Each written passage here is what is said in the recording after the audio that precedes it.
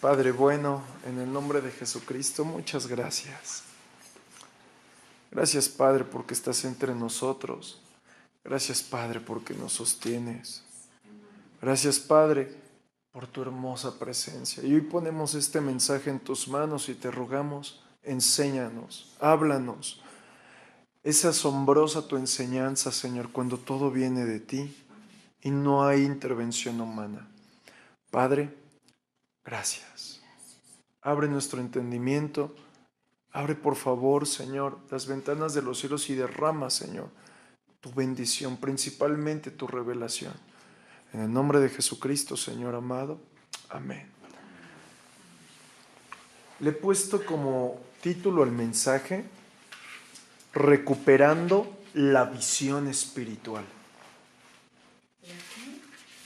Recuperando la visión espiritual. Y al principio va a parecer como que no me refiero a la visión, pero conforme vaya avanzando se van a ir dando cuenta que todo habla de la visión espiritual. Y de acuerdo a la Escritura, el Padre compara el reino de los cielos a aquellos hombres que sale Él mismo a contratar y los mete en su viña. ¿Se acuerdan de esa parte de la Escritura? Pero el Padre resuelve hacer algo, resuelve pagar a todos los obreros de la misma forma, darles el mismo pago, desde los que llegaron en la jornada, de los que tomaron la jornada completa de trabajo, como aquellos que solamente están un pequeño tiempo. Y de esto me habla algo muy hermoso. El Padre siempre en su corazón, aquellos que se acercan a Él, está resuelto a bendecirlos.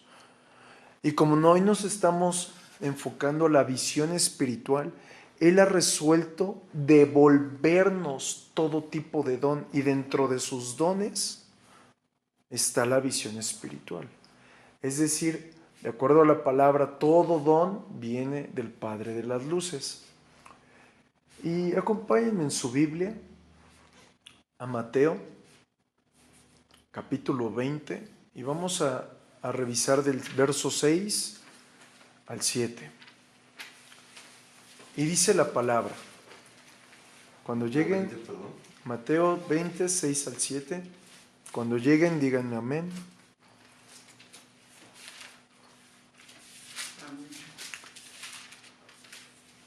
La palabra dice, y saliendo cerca de la hora 11, halló a otros que estaban desocupados y les dijo, ¿por qué estáis aquí todo el día desocupados? Ellos le dijeron, porque nadie nos ha contratado. Entonces él respondió, id también vosotros a la viña y recibiréis lo que sea justo. Pensemos lo siguiente, la hora 11 son las 5 de la tarde. Yo les hago una pregunta, si ustedes no consiguen trabajo entre las 8 de la mañana hasta las 5 de la tarde, ¿cómo estarían? Desesperados. ¿Por qué? Porque tienen que llevar alimento a casa. Y quiero que vean esto. Estas personas, hablando espiritualmente, estaban desesperadas, esperando involucrarse en las cosas de Dios. Veámoslo, desesperados, esperando involucrarse en las cosas de Dios. Aquí podemos aprender muchas cosas. Una de ellas, ¿cuántas personas en su alma están gimiendo de que no tienen a Cristo en su corazón? Porque quiero recordarles que desde que el Señor nos forma con la necesidad básica de Dios. Imaginemos el alma de una persona. Está afligido esperando que alguien le hable del Señor.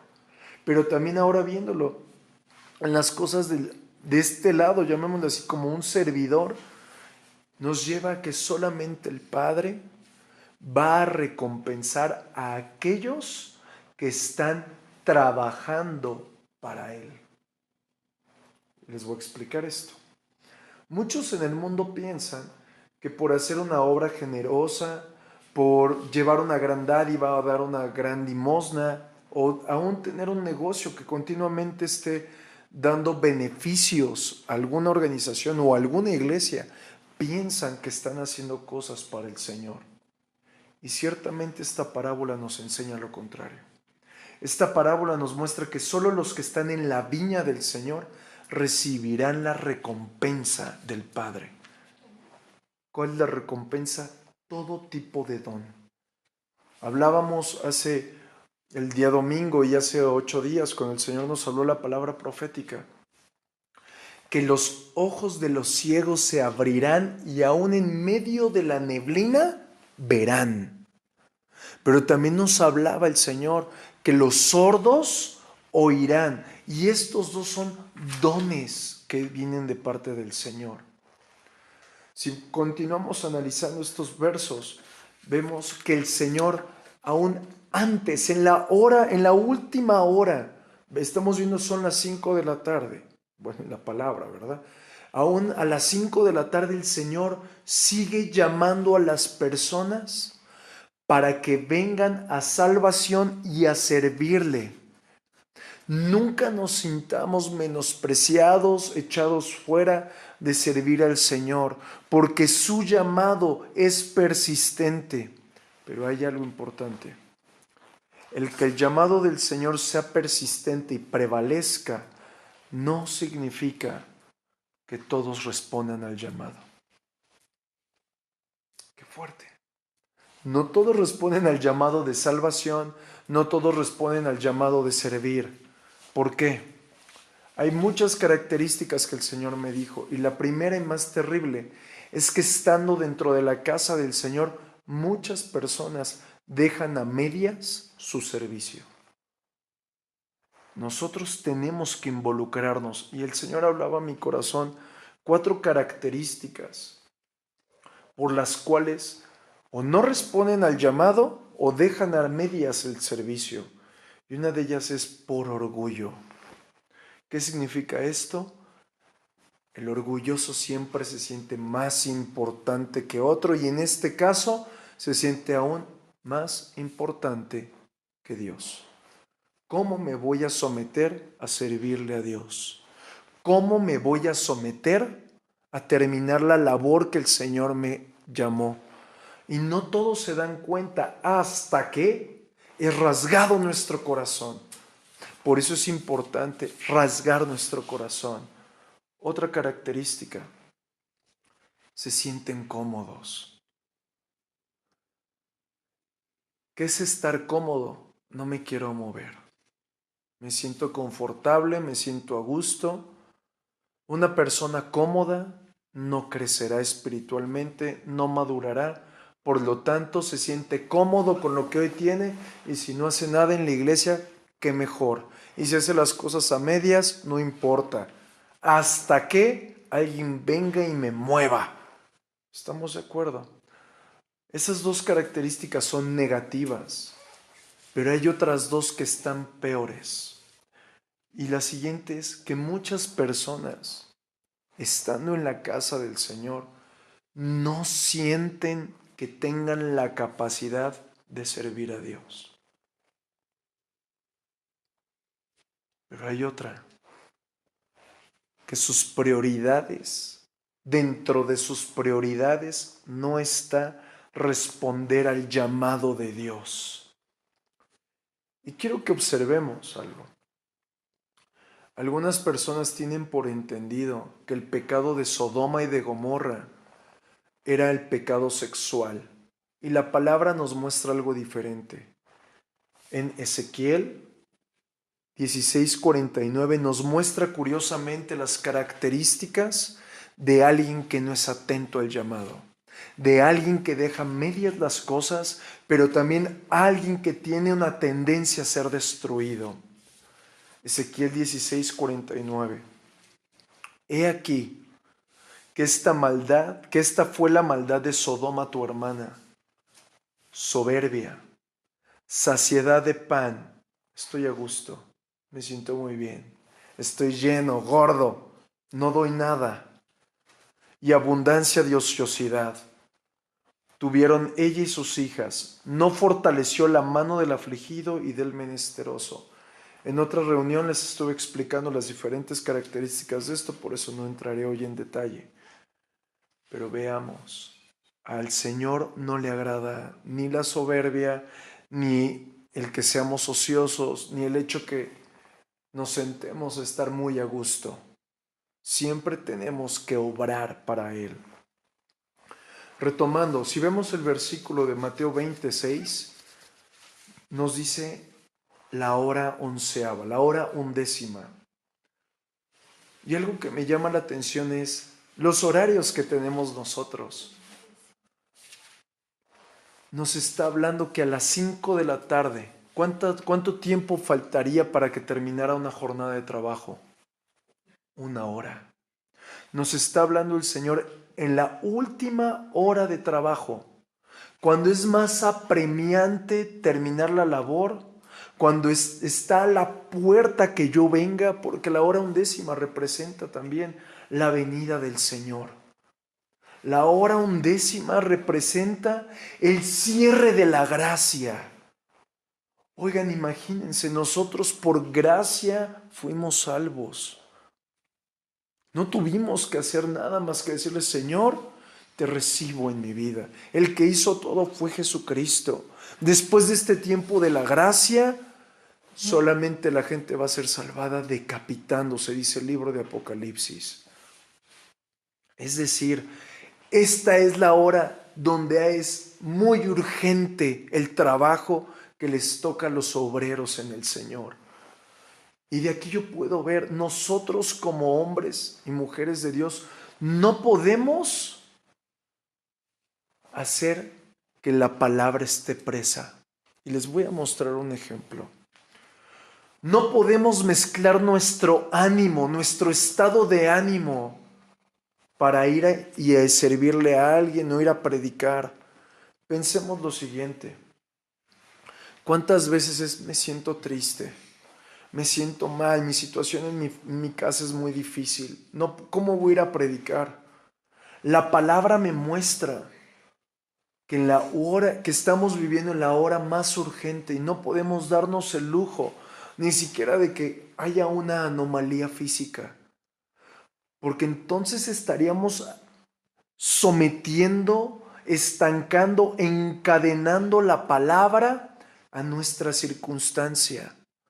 La palabra en 2 de Timoteo, capítulo 2, verso 9 dice: mas la palabra de Dios no está presa.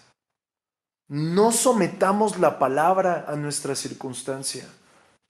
No la sometamos. Imagínate el apóstol Pablo preso. Él dijo: yo estoy preso, pero la palabra no. La palabra fluye. ¿Por qué sometemos la palabra a nuestro carácter, a nuestro deseo y aún a lo que pensamos?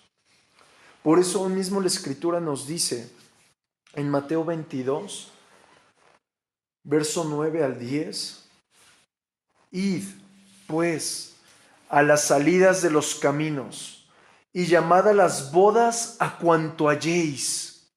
Y saliendo los siervos por los caminos, juntaron a todos los que hallaron, juntamente a los malos y a los buenos, y las bodas fueron llenas de convidados. Es apremiante nuestra tarea en el Señor. Regresando un poco a los versos que veíamos de Mateo 20, versos 6 y 7, nos habla de obreros desocupados. Imagínense un obrero desocupado. Pensemos, no lo dice la Escritura, pero yo comencé a hacerme mi propia historia.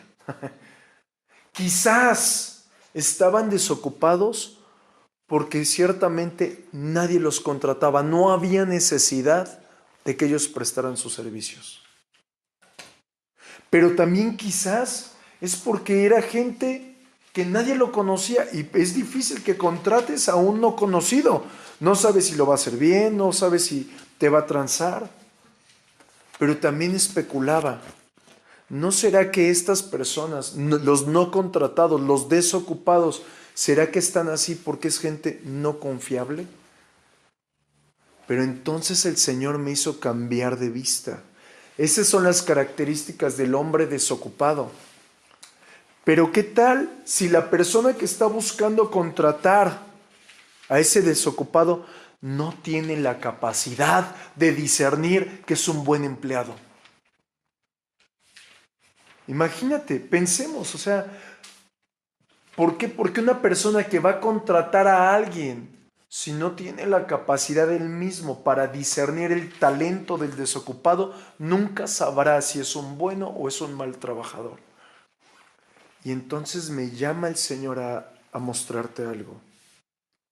No fue sino hasta que el Señor te llamó del mundo y te metió él mismo en su viña.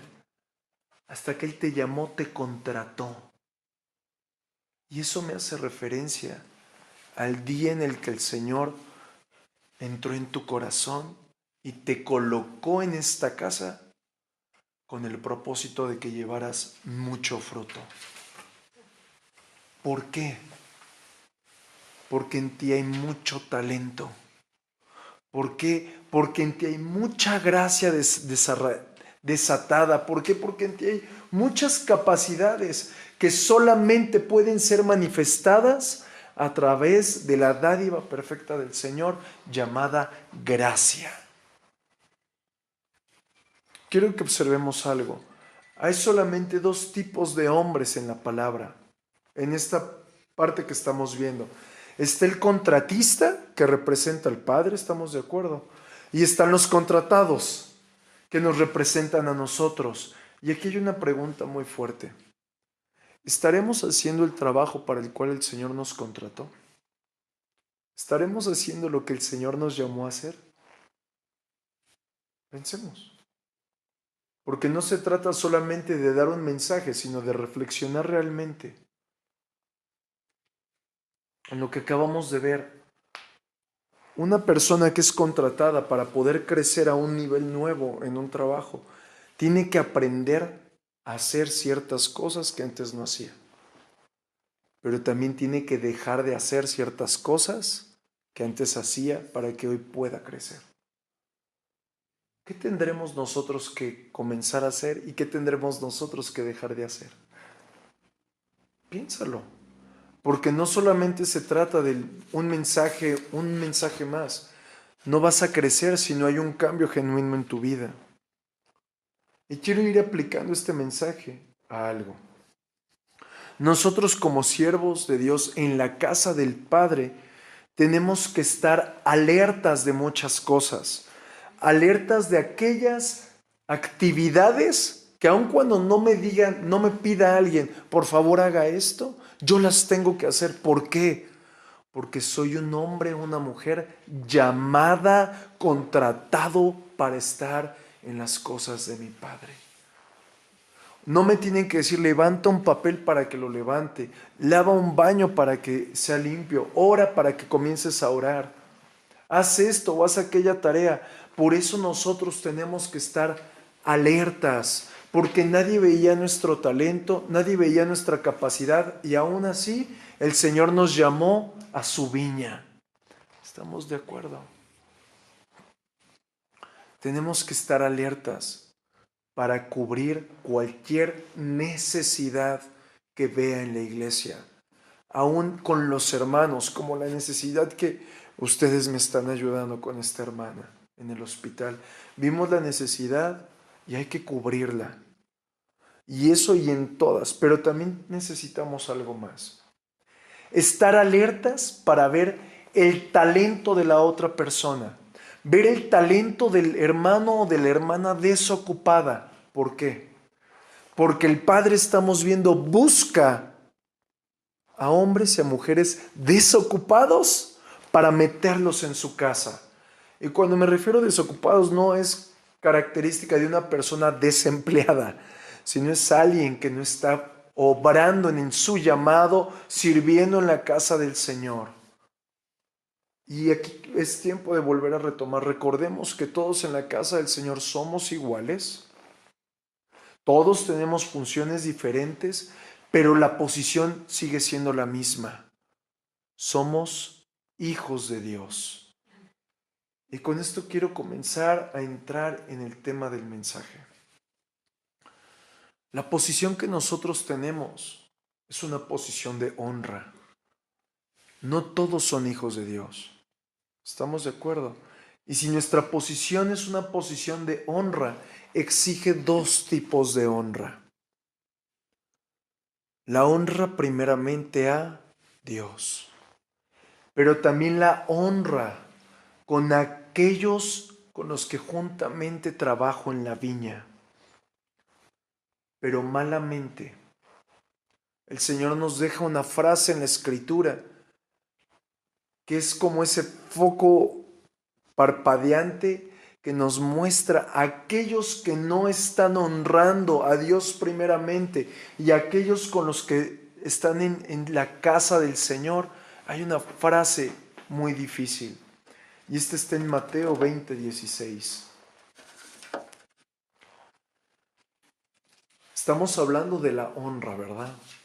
Y dice la Escritura. 20:16. Sí. Así los primeros serán postreros y los postreros primeros, porque muchos son llamados, mas pocos escogidos. ¿Honras? Una persona que no honra no es un escogido. Y te voy a ir metiendo a que aquí está este mensaje tan fuerte. La falta de honra en cualquier lugar donde tú te relaciones, sea en tu familia, sea en tu trabajo, sea en la iglesia, la falta de honra acarrea consigo mismo caos, acarrea división, pero también acarrea pleitos. ¿Y cómo podemos saber si nosotros somos gente de honra o de deshonra? Muy fácil. Una persona que no ha aprendido a honrar es cuando lo primero que hace es ponerse de acuerdo con otras personas de acuerdo a cierta cosa, sin antes ponerse de acuerdo con Dios, sin antes haberse rendido a su voluntad, sin antes haber muerto a sí mismo. Quiero mostrarte una parte en la Escritura donde nos muestra la falta de honra, donde nos muestra la falta de sincronía con el Padre. Mateo capítulo 20, del 20 al 21. Dice la Escritura.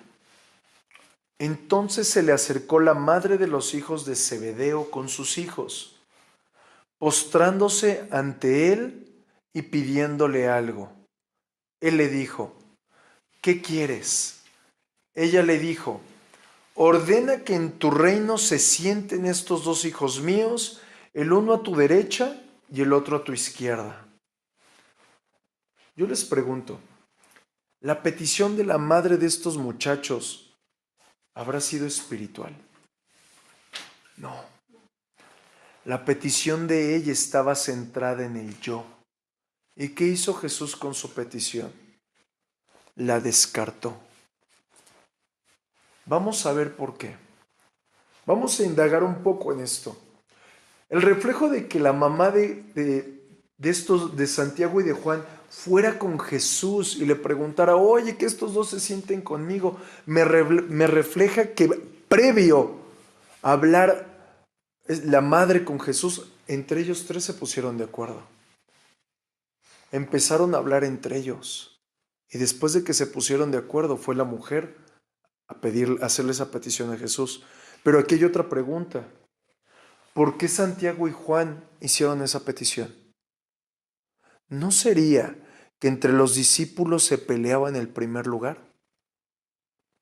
¿Por qué se peleaba en el primer lugar? Porque no había honra entre ellos. Todos querían ser el destacado. Nadie honraba el trabajo del otro, nadie honraba la labor, nadie honraba el liderazgo, nadie honraba nada. Ciertamente amaban a Jesús, pero no había una honra genuina. No se daban el lugar el uno al otro. La pregunta es, ¿somos gente de honra? ¿O estamos cayendo en el mismo juego que hizo la madre de estos dos hombres? Esto no lo dice la Escritura, pero yo pienso que por eso hay muchas peticiones que el Señor no nos ha contestado, porque están basadas en el yo. ¿Por qué? Porque no me he puesto de acuerdo primero con Dios antes de hacerle una sugerencia o una petición. Es decir, la primera cosa que el Señor nos guía a hacer cuando no, estamos buscando ponernos de acuerdo con Él es que Él haga su perfecta voluntad en mi vida. ¿Y cómo podemos hacer su perfecta voluntad? Hay tres cosas que la palabra nos muestra. La primera es que muera a mí mismo, que mengüe, pero también que tome mi cruz y lo siga. Por eso nosotros como siervos tenemos que estar alerta en la casa del Señor, pero ahora en otra situación, en cómo voy a honrar de manera continua a Dios y cómo voy a honrar a aquellos que están conmigo en la casa del Señor. ¿Por qué? Porque nosotros podemos reflejar nuestra honra también a través del servicio. Y mientras que yo sirvo en la casa del Señor, el Señor me enseña a morir, el Señor me enseña a menguar, el Señor me enseña a tomar mi cruz. Quiero que veamos, es el Señor quien nos enseña, no el que yo lo hago o invento cómo. Y hay una pregunta que algunas ocasiones me han hecho. ¿Qué es tomar mi cruz? Muy sencillo. Es totalmente lo opuesto a centrar mi mente en mi propio interés. Por eso la parábola de los obreros de la viña se centra en que el Señor buscó a gente desocupada, a gente distraída. ¿Para qué? Para capacitarlos, para levantarlos, para madurarlos, para reflejarles su bondad. Yo no sé si tú eres una persona desocupada o un distraído, pero si tú permites que el Señor tome de ti y tú respondas a su llamado, el Señor va a transformar todo en ti. No nos sorprenda que dentro de la casa del Señor hay gran envidia. Lo vemos en Santiago y compañía con todos los discípulos. ¿Por qué ellos se habían enojado? Porque tenían envidia de que la madre de estos hombres habían pedido el primer lugar. No nos sorprenda que haya envidia en la casa del Señor. No nos sorprenda de que la gente llegue a hablar de nosotros. Ni nos sorprenda ni nos tropiece. Pero aquí hay algo muy importante. Cuando Jesús escuchó la petición de esta mujer, Jesús tomó esa petición para enseñarle algo, para enseñarle cuál es la única manera de renovar su entendimiento, para enseñarle cuál es la única manera de recibir el reino y cuál es la única manera de llevar mucho fruto. Si nos damos cuenta, el Señor nos habló que vamos a ir del desierto al campo fértil y del campo fértil a un bosque fructífero. Y aquí está una de las muchas claves que yo quiero compartirte. En Mateo 20, del 22 al 23 dice: Entonces Jesús respondiendo dijo: ¿No sabéis lo que pedís? ¿Podéis beber del vaso que yo he de beber y ser bautizados con el bautismo con que yo soy bautizado? Y ellos le dijeron: podemos. Él les dijo: a la verdad, de mi vaso beberéis, y con el bautismo con que soy yo bautizado seréis bautizados. Pero el sentaros a mi derecha y a mi izquierda no es mío darlo, sino aquellos para quien el Padre lo ha preparado. Quiero que veamos algo. ¿Cuál es la única manera en la que podemos nosotros recibir las bendiciones del Señor? Bebiendo la copa. Aquí dice: ciertamente beberé, de mi vaso van a beber. Beber la copa. ¿Qué es beber la copa? Ser traspasados por la cruz. Hasta que somos traspasados por la cruz, es renovado nuestro entendimiento. Hasta que somos traspasados por la cruz, es transformada nuestra visión. Y aquí hay una pregunta. ¿Qué fue lo que motivó a Jesús a enseñarnos esto? ¿Qué fue lo que motivó a Jesús a decirle a estos hombres y a su madre que la única manera de poder recibir algo era bebiendo la copa? Vamos a Mateo 20, 29 al 34. Quizás al principio va a parecer algo extraño la comparativa, pero si nos centramos, es algo que a todos nos pasa y todos necesitamos enfrentar. Es la continuación, Mateo 20, 29 al 34.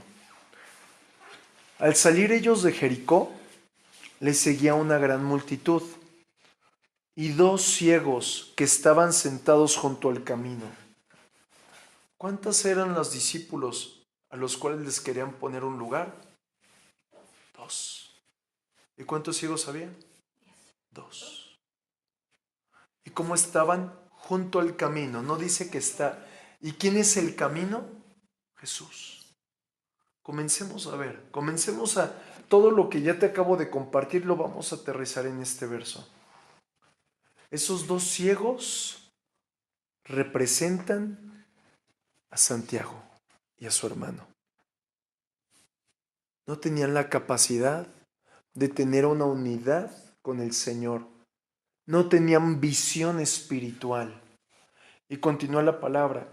Cuando estos dos ciegos oyeron que Jesús pasaba, clamaron diciendo: Señor, Hijo de David, ten misericordia de nosotros. Y la gente les reprendió para que callasen, pero ellos clamaban más diciendo: Señor, Hijo de David, ten misericordia de nosotros. Y deteniéndose Jesús los llamó y les dijo: ¿qué quieres que os haga? Ellos le dijeron: Señor, que sean abiertos nuestros ojos. Entonces Jesús, compadecido, les tocó y enseguida recibieron la vista. Estos dos ciegos recibieron la vista físicamente, un milagro sobrenatural. Pero los otros dos ciegos, Santiago y Juan, eran ciegos espiritualmente. Y hasta que el Señor se acercó a ellos, los comenzó a madurar. Yo te pregunto, ¿qué tan cerca está Jesús de ti? Ciertamente Jesús es tu Salvador, pero ¿qué tan fuerte es la relación que tienes con el Señor? Hasta que Él te toca, tú recuperas la vista. La única manera en la que nuestros ojos sean abiertos, la pasión por el Señor se nos sea regresada, llamémosle así, la única manera en la que pueda haber una manifestación asombrosa del discernimiento, la única forma en la que pueda haber un amor genuino entre los hermanos, es que nosotros seamos pasados por la cruz. Ahora te preguntas, ¿por qué no hay tanto discernimiento? Ahora te preguntas, ¿por qué no hay tanta unidad a veces, tanto amor? Porque no todos hemos pasado por la cruz. ¿Qué significa pasar por la cruz? ¿Qué significa ser traspasado por la cruz? Te quiero dar 3 características. Reconocer que yo mismo he ocultado mi maldad. Por eso es importante rasgar mi corazón. Otra característica, desear que la luz de Jesucristo alumbre lo profundo de mi persona. Pero una más que continuamente la escuchamos, pero que quizás no lo hemos hecho, es disponer que el Señor tome el lugar más importante en mi vida. En pocas palabras, estas 3 características las podemos resumir en lo siguiente: que todo lo que me rodea sea reducido a humillación.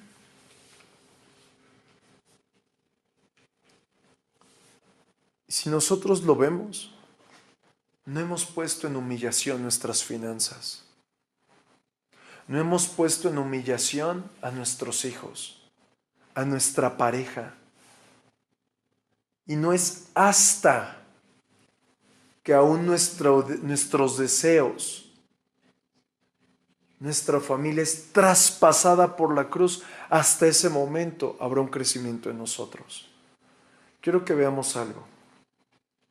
La sangre de Jesucristo limpia nuestros pecados, sana nuestras dolencias, borra nuestra maldad, desbarata la maldición, pero la cruz, el acto de ser traspasados en la cruz del Calvario, es lo único que va a tratar nuestro carácter. Es lo único que va a tratar nuestro entendimiento.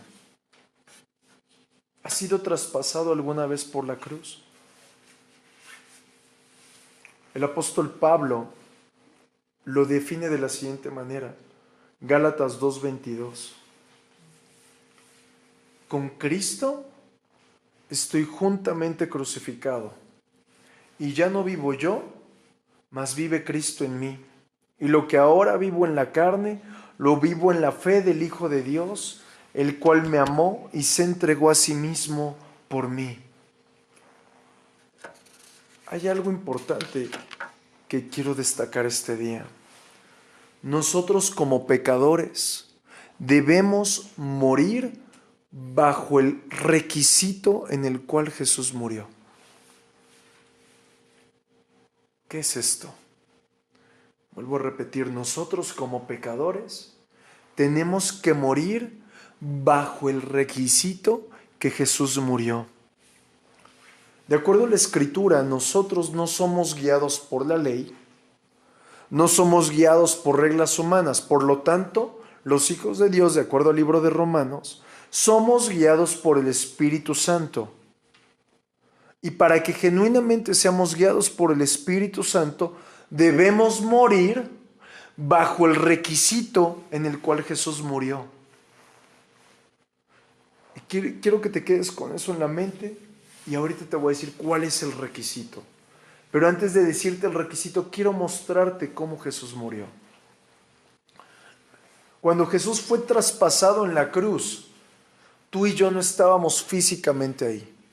No podemos ver marcas en nuestras manos, no podemos ver marcas en nuestra cabeza de una corona ni en nuestros pies, pero sí espiritualmente estábamos en Cristo. Y cuando Jesucristo murió en la cruz del Calvario, Él dijo una palabra, dos palabras: consumado es. Y cuando Él declaró consumado es, nos revela que toda la obra de la cruz había sido completada. Y todo lo que está en Jesús lo impartió sobre nosotros. Toda su gracia, toda su santidad, todo su poder, toda su sabiduría fue impartida sobre nosotros. ¿Cómo?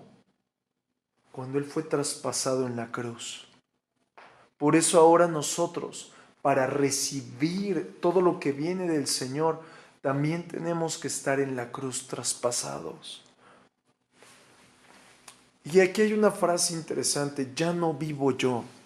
El apóstol Pablo nos está mostrando algo, una vida cambiada drásticamente por otra. Es decir, entra Cristo y salgo yo.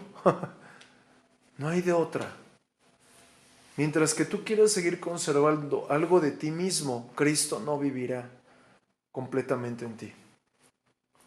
Una persona regenerada, que ha nacido de nuevo, su yo ha sido crucificado en la cruz. En Romanos capítulo 6, verso 6 lo dice de la siguiente manera: sabiendo esto, que nuestro viejo hombre fue crucificado juntamente con él. Romanos 6:6, para que el cuerpo del pecado sea destruido, a fin de que no sirvamos más al pecado. ¿Qué es esto? En otras palabras nos está diciendo, el hombre que fue crucificado murió al pecado y resucitó para obtener todo lo que Cristo desató. ¿Tienes todo lo que Cristo desató? Pregúntatelo, escudriñalo en ti.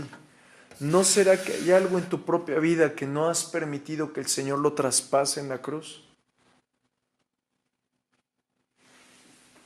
Vivir en Cristo es hacer al Señor el centro de mi vida. Vivir en Cristo es un contraste muy fuerte entre nuestra manera de vivir y la manera en la que Cristo vivió. ¿Por qué?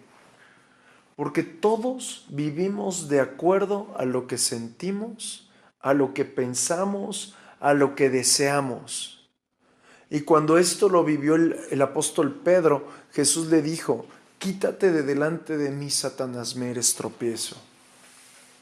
Y Pedro lo único que quería era: no vayas a la cruz. ¿Cómo te van a hacer sufrir? Si lo vemos como un pensamiento, no era algo malo.